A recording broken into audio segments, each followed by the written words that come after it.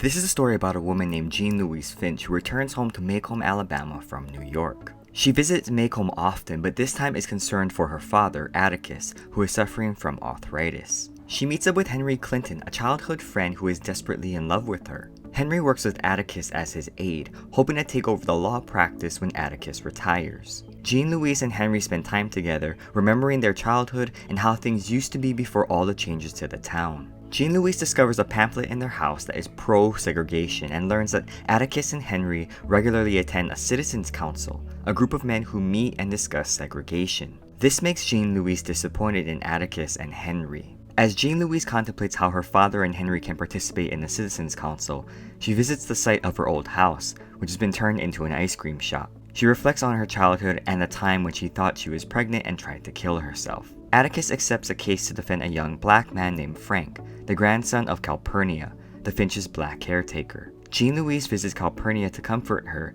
but Calpurnia acts cold and distant. Jean Louise continues to struggle with seeing Atticus and Henry as participants in the Citizens' Council. She confronts Henry, who explains that he is using the council as a way to live in Maycomb and continue to do good as a lawyer. Jean Louise doesn't understand and says that she will never marry Henry. Jean Louise then encounters Atticus, and as he tries to defend his participation in the council, she yells at him and lets him have it. She doesn't understand why he had acted so perfect when she was growing up, only to disappoint her as an adult. She leaves and vows never to return. As Jean Louise is packing her things, Uncle Jack, Atticus's brother, appears and hits her so that he can explain what is going on. Uncle Jack says that over the years, Jean Louise had relied too much on Atticus as a conscience.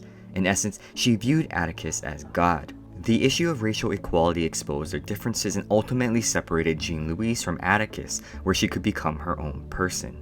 After Uncle Jack explains all of this, Jean Louise feels sorry for what she said and did. In the end, Uncle Jack encourages Jean Louise to live in Maycomb, and Jean Louise reconciles her relationship with Atticus. If this video was helpful, please share it with your friends on Facebook and Twitter. Don't forget to subscribe for more Minute Book Reports, and thanks for watching.